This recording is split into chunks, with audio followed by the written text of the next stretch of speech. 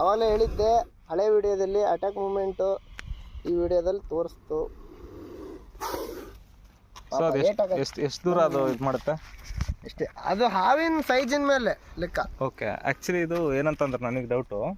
So ಇವಾಗ ಇಲ್ಲಿ ಬಿಟ್ಟಿದ್ದೀರಲ್ಲ, ಅದು ಇವಾಗ ಇಮಿಡಿಯೇಟ್ಲಿ ಏನಾದ್ರು ಹೊಕ್ಕೊಳಕ್ ಟ್ರೈ ಮಾಡುತ್ತಾ ಅಥವಾ ಇಲ್ಲ ನಮ್ಮಿಂದ ಓಡೋಕೆ ಟ್ರೈ ಮಾಡೋದು ಅದು. ಬಟ್ ಹೆಚ್ಚು ಕಡಿಮೆ ಒಂದು 10 ನಿಮಿಷ ಆಯ್ತು ನಾವಿಲ್ಲಿ ನಿಂತ್ಕೊಂಡು. ಬಟ್ ಅದು ಅಲ್ಲೇ ಇರೋದೇನಕ್ಕೆ? ಅಲ್ಲೇ ಇರೋದು ಅಂದ್ರೆ ನಾವು ಅದನ್ನ ಬಿಟ್ಟಿಲ್ಲ, ಅದು ಡಿಸ್ಟರ್ಬೆನ್ಸ್ ಮಾಡ್ತಾ ಇದಾವೆ. ಓಕೆ, ಇವಾಗ ಇದನ್ನ ಇವಾಗ ಅದ ನೋಡಿದೆ, ಇದು ಡಿಸ್ಟರ್ಬೆನ್ಸ್. ಅದು ಮತ್ತೆ ಅದ್ರದ್ದು ಪ್ರೊಟೆಕ್ಟ್ ಮಾಡ್ಕೊಂತ ಐತೆ ಅದನ್ನ, ಅದಕ್ಕೋಸ್ಕರ ಐತೆ. ಓಕೆ, ಇವಾಗ ಅದು ಕುಕ್ಕೋದಕ್ಕೆ ರೆಡಿ ಆಗ್ತದೆ. ಇವಾಗ ನೋಡಿ ನಮಗೆ ಅಟ್ಯಾಕ್ ಮಾಡಕ್ ರೆಡಿ. ಅಟ್ಯಾಕ್ ಮಾಡಕ್ ರೆಡಿ ಆದಾಗ ನಾವು ಸುಮ್ಮನೆ ಅದು ಸುಮ್ಮನೆ ಆಗುತ್ತಾ?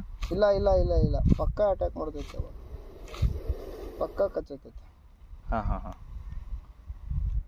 ಸೊ ಯಾವಾಗ ಸ್ಟಾಪ್ ಆಗುತ್ತೆ ಅದು ಆ ಥರ ಹಾಗಾದ್ರೆ? ನಾವು ಅದ್ರ ಕಣ್ಣಿಗೆ ಏನು ಕಾಣ್ಬಾರ್ದು, ಅವು ಹೋಗತ್ ಬರ್ರಿ. ಅದಕ್ಕೆ ಯಾರು ಅಡ್ಡಾಡ್ಲಿಲ್ಲ, ನಿರ್ಜನವಾದ ಪ್ರದೇಶ ಅಂದ್ರೆ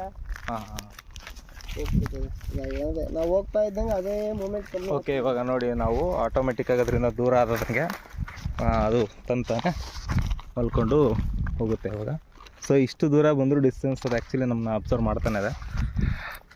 ಸೊ ಇದರಿಂದ ನಿಮಗೆಲ್ಲ ಏನು ಹೇಳೋದಂದ್ರೆ, ಹಾವುಗಳನ್ನು ಆದಷ್ಟು ರೆಸ್ಕ್ಯೂ ಮಾಡಿ. ಓಕೆ, ತೊಂದರೆ ಕೊಡ್ಬಿಡಿ. ನೋಡಿ ಹೊರಡ್ತೀವಿ ಇವಾಗ, ಜಸ್ಟ್ ರಿಲೀಸ್ ಆಗಿದೆ.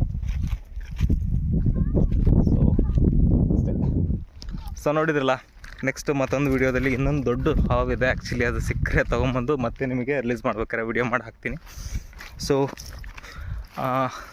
ಯಾವುದೇ ಕಾರಣಕ್ಕೂ ಹಾವುಗಳನ್ನು ಹೊಡಿಬೇಡಿ. ಲಾಸ್ಟ್ ಟೈಮ್ ಒಬ್ಬರು ಬೈ ಮಿಸ್ಸಾಗಿ ಹೊಡೆದಿದ್ದು ನಾನು ನಮ್ಮ ಒಂದು ಶಾರ್ಟ್ಸ್ ಎಲ್ಲ ಹಾಕಿದ್ದೆ ನಿಮಗೆ. ಸೊ ನೋಡೋಣ, ಆದಷ್ಟು ಎಲ್ಲ ಜೀವಿಗಳನ್ನು ಉಳಿಸೋದಕ್ಕೆ ಟ್ರೈ ಮಾಡೋಣ. Thank you, bye.